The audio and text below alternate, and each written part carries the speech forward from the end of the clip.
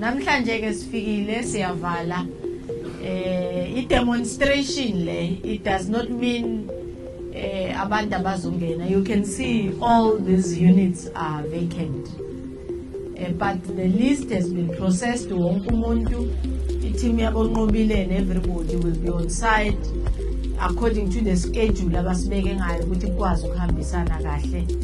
Sibese ke siyahlanganisa amakhanda futhi ukuthi unblocking kule area kwabasele kwenzeka kanjani.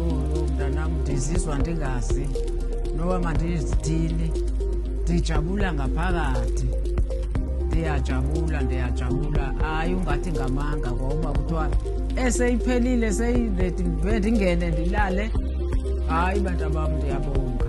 We are in Kennedy Road and we are opening this housing project. When it is complete, it will give us over 196 units, and we are providing a solution to about 3,500 people who were settled in an informal settlement here.